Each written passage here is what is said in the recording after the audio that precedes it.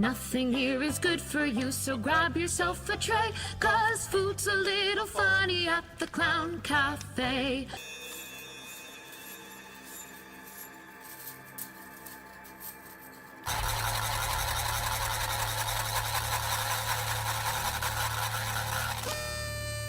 Sir. How's it going, guys? This is the Popcorn Pro coming at you, and we have the long-anticipated Terrifier 3 review, which I know is a little late for my Art the Clown fans out there, but full disclaimer, I had to let this one sit in my head for a bit.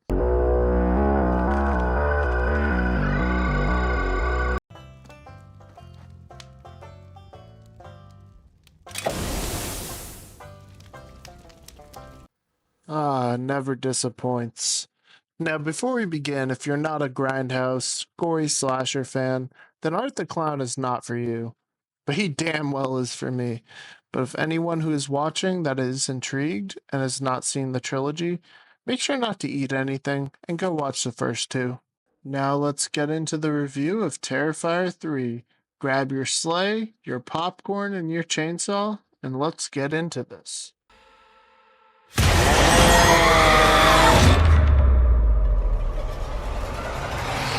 So if you're new to my channel, I always do a synopsis. So I'm going to start with the synopsis of Terrifier 2, just in case you haven't seen it. So in Terrifier 2, we see the return of Art the Clown, who's risen from the dead.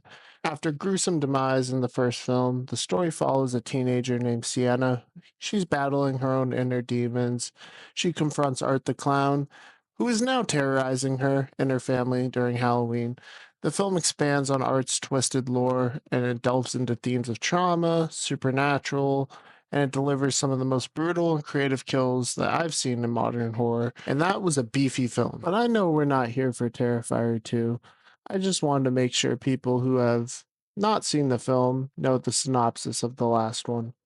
But for the synopsis of the Terrifier 3, it picks up shortly after the events of the second film.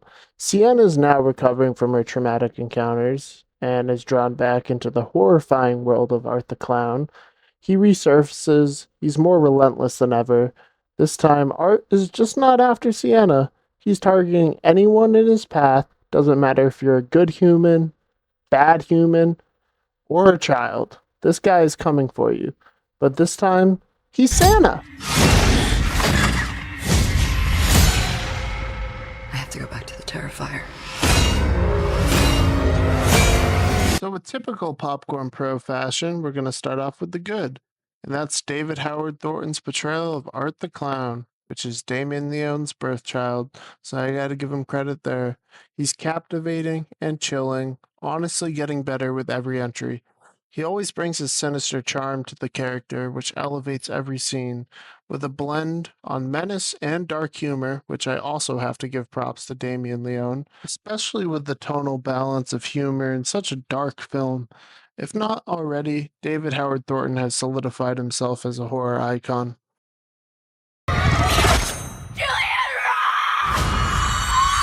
Now, since we're on the topic of Art the Clown, I'm going to get into my second positive, which is innovative kills and practical effects. And for YouTube purposes, I can't show you these. But the Terrifier 3 continues the franchise tradition of practical effects, thank God, and shocking creative death sequences. This also ties into my first positive because Damien Leone is so creative with the way he approaches these films. Even something I heard about him going around with his notebook designing kills like his fucking jigsaw, but it's truly mastercrafted in all seriousness. And I know it's starting to get lengthy at this point, but there's just so many positives for this movie. So for my final positive, it's the pacing and the lore. Now, I've heard some people complain that the runtime could have continued, but I just straight up disagree. I felt everything that needed to be trimmed out was because we all know the Terrifier 2 was a monster of a film, and I'm happy they dialed it back with the pacing, always keeping the film at a steady pace. Regarding the lore of Art the Clown, now that they're setting up a fourth film, I think they gave the audience exactly what they wanted.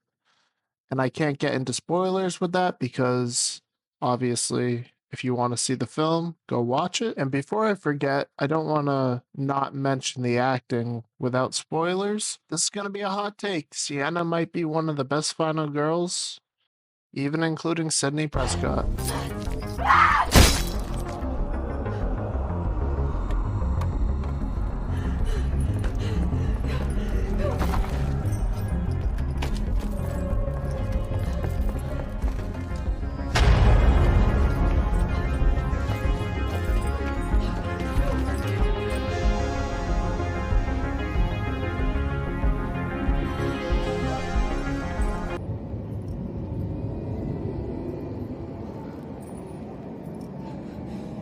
And now I'll be moving on to my mixed elements.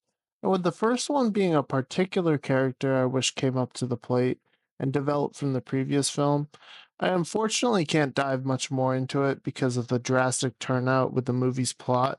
But when you watch it, you will know who I'm talking about. To Goldie Hawn. Cheerleading tryouts were 30 years ago. Let's grow up, shall we? He's such a bitch. And for my second mixed, it's for you, my viewers, and I'm categorizing it as an ending that may be too bleak. I personally love the ending, but for my Star Wars nerds out there, think Empire Strikes Back. But I could see from my viewers this more being so hopeless and bleak for our main protagonist that it could leave a sour taste in your mouth. I will reiterate though, I love the ending, but this mixed is for you guys. I'm sorry too.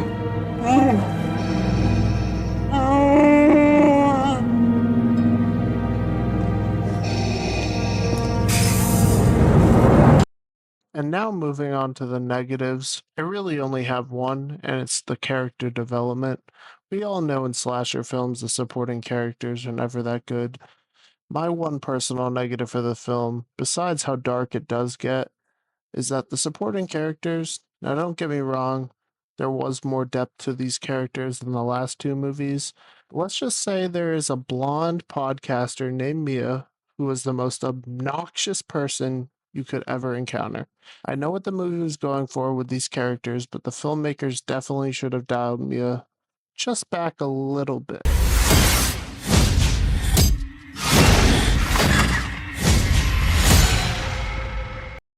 Well, I hope you guys enjoyed the review.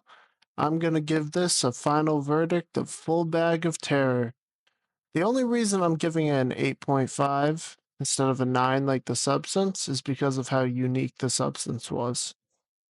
Well, I hope you enjoyed the video, and I will be doing a Saw ranking for this weekend, so you guys have a little Halloween special. And this is the Popcorn Pro, signing out.